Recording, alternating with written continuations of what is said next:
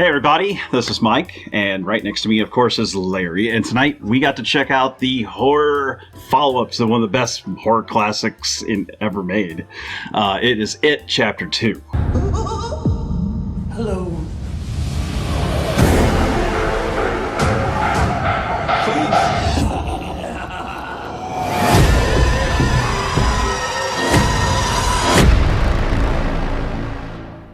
Approximately 23 years, I guess it is. 27. So approximately 27 years following the first encounter with Pennywise, the evil, demonic alien clown that these boys discover.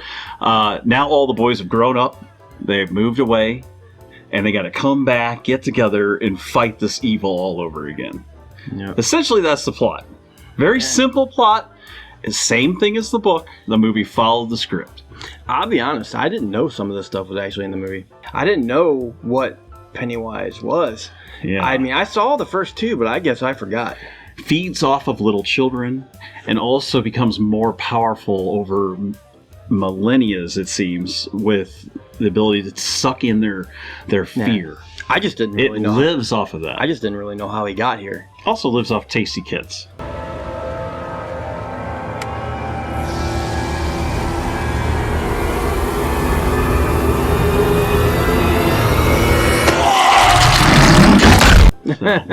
there was a lot of tasty, bloody kids in this. So, yeah. Let's start off with one thing. Larry, should you bring your little kids to this movie? Oh, God. And, I want to say no. No. But at the same time, because we were talking about this on the way home, and there is a lot of CGI in this movie, and sometimes I was like, it's not really as scary as I thought it was going to be. And we'll get back to this, too. It's not just that. It's... for younger kids, if you're a teenager or younger, this movie would have been terrifying. There was a lot of blood, a lot of gore. That I didn't know. There was no real bad language often. Yeah, there was some. So I guess there is a little bit of that too. But all in all, it was pretty hardcore. Yeah, I did notice definitely there's more blood in this movie than the original. Yeah. The first one. There's just more of everything. I mean, this movie is 3 hours long. Yes. Which is probably... Let's talk about the positives first. Positives first. I'm up for that too. Yeah. Let's talk about the acting. Okay. Go. Because I can talk about this all day. Yeah, the acting was fantastic. They picked the perfect actors. Jessica Chastain, James McAvoy, Bill Hader. Classic. They picked the perfect actors to replace these children in this movie. Didn't it feel like... I mean, Jessica Chastain, at some point, I don't know if they did something there with the younger version and the older version, but I was like, they sound alike. They don't just look alike, they sound alike. They must have spent a long time researching and working on the look because they felt and the way they talked, the way they acted felt like the original characters. Yeah, definitely. I mean, the acting was great. Yeah. That was a highlight of this. The acting was an A. Everybody. Bill Hader was my personal favorite. He was funny. He was rude. He was the perfect kind of like asshole in the movie. Yeah, I mean, I think I came out of this with the same thing. I really like Bill Hader in this movie. I thought James McAvoy did a great job, but he wasn't the lead like he is in a lot of movies. No, there was a lot of leads in this movie. He kept his crazy James McAvoy to like a level 6. I did feel like the movie revolved around 3 characters more than another, which would be McAvoy, Jessica Chastain, who plays Beverly, and the kid in the first movie, he's known as the fat kid. Yes. Which is, I can't even think of his name right now. He redeemed himself. That was Jeremy Ray Taylor. Jeremy Ray Taylor. Yes, played Ben. Ben! I think a lot of this revolves around those 3 characters. Yes. Well, before we go into any negatives, let's talk about some other quick positives. The music was as fantastic as the first one.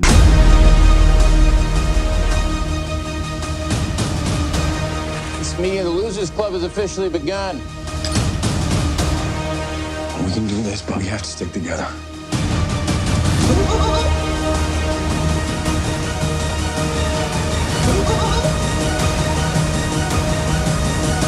The music played a big part in what was scary-ish about this one. The music was fantastic. Orchestrated, really well put together. It was just like the first movie that came out. The feeling, the whole feeling of the production here feels really just good. Like the first movie. Yes. I mean, the way it's shot, like you said, the music, the sets, the acting. The sets they used, like the fair and the towns and the home and the tree house and all these different places, they felt real. And that's hard to do in a horror movie sometimes, but this felt like we were there. It definitely, to me, that's one of the best things they did. It definitely feels like an extension of the first movie. And they didn't fuck around with the nostalgia. There was no thrown forced nostalgia anywhere in this movie, it felt like. Well, there was a bicycle. They do show the kids when they're younger a few times. Oh, I meant actual product placement. Like, oh, look, there's a Kroger. Oh, look, there's a Blockbuster Video. Yeah. You know, all that crap. No, this felt very natural, and I loved it. It was just... Well, that's what they did in the first one. Yes. They did so well. I was glad when they did the nostalgia, they're not just shoving it in your face. You may get a little bit here and there, but it's not just thrown at you. So the acting was amazing, pretty much on all parts. Yes. Isaiah Mustafa, his character, he played a very central role to this. Like, he was almost like the ringleader of the whole group in this one, and I thought he did a great job. I mean, he really stood out in this, more so than McAvoy almost. Yeah. But yeah, let's talk about the bad guys. Yeah, so let's talk about Mr. Bill Skarsgård. Wow. And to me, he brings the same essence that he brought to the first one. He is incredible. Yeah, when he's in the movie, which we'll bring up later, but when he's there, it's as scary as the first movie. Well, besides the cast and the sound and the sets and the look, the picture quality was phenomenal. Yeah. The other positives I would have is they had a good message about no matter how hard it got, these kids stuck together. Yeah. And became adults, and they had to like do the same as the first one. They had to break through all their fears and all their problems and all their internal stuff. They had to fight through it. They had to, if you were scared of fire, you had to confront it. If you were scared of this, you had to do this. And it was, the way that was handled was great. I thought the diving back into, if you've seen the book and know the movie and all that from the original, you know how they have to basically separate as a group, and they go off and they have to find their token, which is like their something, a part of them from the first movie that they have to like destroy in order to get rid of the guy. I mean, the way they handled that and all the little cutscenes of each character was great. I'll talk about some fault to that too, though. I thought they handled it well, but I felt like if there was something they could have cut out. Yes. To make this shorter, because this was a 3-hour movie and it feels 3 hours. And we wore out afterwards. Yeah. I think they could have shortened up some of the back dialogue. Side plots. Yeah, side plots, flashbacks. There was a lot of flashbacks. At least you feel like they're flashbacks. Yes. I wasn't quite sure exactly what was going on there. Were they seeing stuff from when they were younger? Yes. It was, what was happening was they were remembering things. See, here's how it works. The farther they got away from Derry, the less they remembered, and the more they changed. When they got back, everything started flooding back in the stuttering, in the way they talked, in the way everything that they changed back into their younger selves. Which is something Mike brings up because he stays in the town the whole time. Yes. And to him, he's never forgot anything. He remembers the whole thing. You know why? They come back. Because Pennywise was torturing him that whole 27 years. Let's talk about no spoilers. Let's talk about the ending. I loved the end battle. Oh, I thought Do you remember T-Rex from Jurassic World 2? How he saved the rest of the movie by coming out at the very end, and we had that epic dinosaur battle?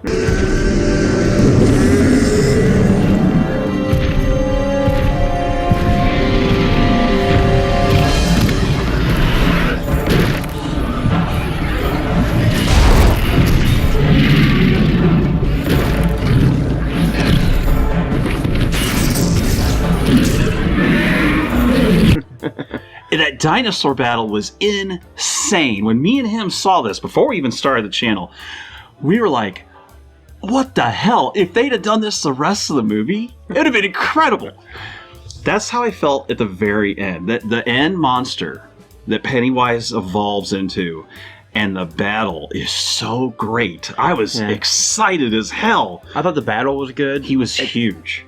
It takes you back to a place you were at the last movie, and I think it put Itsy Bitsy to shame. No, definitely puts Itsy Bitsy to shame. This spider was insane. I mean, my God. He uses them against himself. Oh, yeah. They're constantly fighting. Like, they'll see something, and they have to tell themselves it's not real. Yeah. They do that constantly. And it was cool how they could break out. It reminded me of Nightmare on Elm Street. Remember how they had to try to break out of the dream and wake back up? That's how this felt sometimes.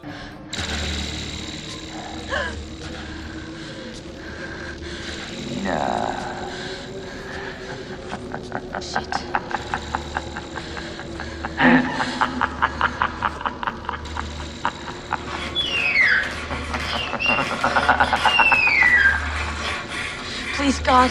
This is God. Yeah. And I will tell you this, another thing I really appreciated, besides the ending and the climax and the battle, a lot of the CGI, even though some of it was not that great and some was great, we'll get to that too, some of the stuff they did with it, like, let's just say a head and crazy things start coming out of it. There's all these things you don't expect to happen. Like something will grow a little hand and it'll be like it's so disturbing. Some of the imagery is real disturbing in this. It's stuff you don't expect, like something coming through the wall, and then they're like he will pull his face open and stuff. But that takes us. There's just so many scenes like that. Yeah, that also takes us to. There's a lot of jump scares. Yeah. Yeah. Let's move into the negative category here.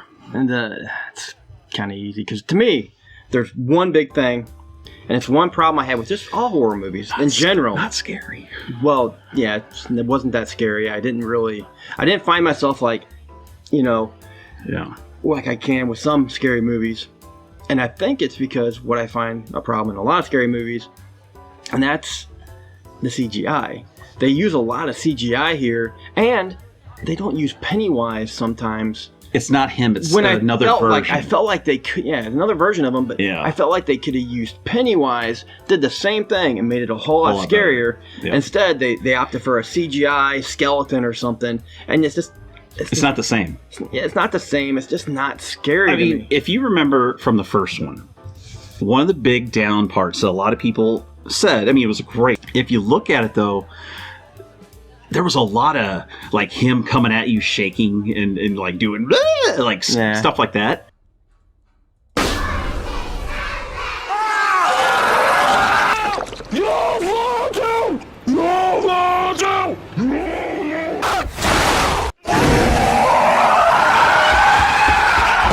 This has a lot of that, so be prepared. A lot of it is jump scares. So what'll happen is you'll take one character, you'll put him in a scary room, and there'll be a jump scare. And then you take another character, put him outside, and do a jump scare. And it was a lot of that. They still do over and over. They still even do jump scares a little better than other people, though. I mean, they do a good job building up to the jump scare. Yes. Unfortunately, like I told him in the car, we were driving back home, a lot of the times I was like, this is coming. Yep, that was it. You could feel it. The music would kick up, and you'd feel when the jump scare was coming. And that's one of the reasons why it wasn't scary to me as well, because you just kind of knew when it was coming. The first one, they shocked me with that one. They'd hit you with something, you'd be like... Yes, the first one, the jump scares in the first one, even though some of them felt unnecessary and corny in the way it was done. Like, remember when... The projector scene. Projector, exactly. Scariest it's funny, thing we were in the thinking movie. the same thing. Turn it off! Turn it off! Yeah, turn it off!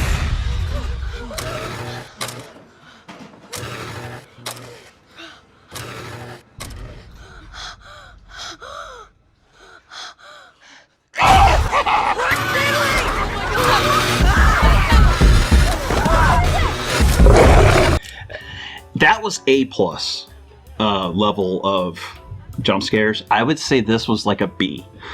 They weren't bad. They weren't a bad B movie crap jump scares. No. They were great, intense. And that's another thing that actually is a positive. I told him on the car, this was not a scary horror movie. Don't expect it to be, unless you're deathly afraid of clowns and spiders. Yeah. Those parts are scary. But it's not like a horror movie. It's more like jump scares and scary music and stuff for a lot of 2.5 hours. It's trying to work your mind. Yes, it's all subliminal. It's trying to put you in their place. Yeah. what are they thinking? It tries to get you so tense and so anxious. Like, I was sweating. My arms were sweating at the very end. I was like, oh my God. That's the thing. It's not scary, but it's tense. It's probably one of the most intense movies I've seen in a long time. I mean, it didn't stop. That was kind of nice. When in the action at the end, it just kept going until I almost couldn't. It was crazy. Another thing I had a problem with, I think they handled the love interest scenes and the way that was handled better in the first one. It was weird. It was like the adults were acting awkward. Like, they didn't know what to do when it came to, like, romance and, like, all that. The kids in the first movie were more adept at it. Yeah. It felt like the kids in the first one, it felt like true emotion. Like, she was in love with this character. He was in love with her. You felt it. Yeah. It felt kind of forced almost. Like it was a forced romance. I didn't feel as much emotional ties with them. Yes. But I did like the outcome and what happened. I did too. It was sweet. Yeah. It was the outcome we were hoping for in Stranger Things 3.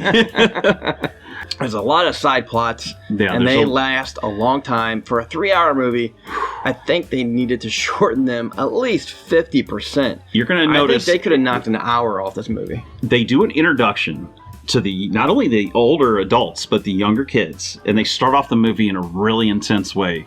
The beatdown that happens in the beginning of the movie is intense, and it'll bother a lot of people, and it's meant to. It's real startling. It happens to someone that may or may not be straight or gay or something like that, but it's just a very difficult scene.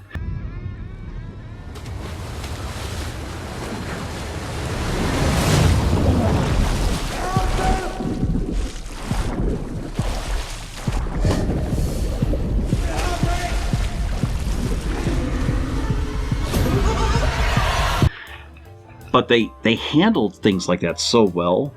But the problem is, towards the middle part of the movie, when they were all together and they were all talking and they were all planning and going out on their own, it was starting to drag. I still thought, though, that even though some of the horror and terror didn't work, I still think it was suspenseful enough and gripping enough. Yeah, that's why I'll say... It was messing with my head. I think it was the suspense. I mean, when you see spiders crawling out of someone's face and you see all this stuff and you're like, oh my God, please make it stop. That's all I kept asking sometimes was just, please, God, kill that thing.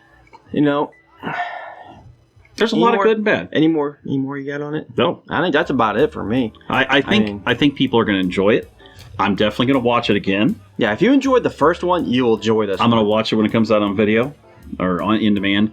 But yeah, I highly recommend this movie. It's worth your $1. Go see it. Yeah, just expect to be in there for 3 hours. So it's a long one. Bring a snack and someone that can handle a horror movie because it is suspenseful. Yeah. So, but what about score? What would you give it?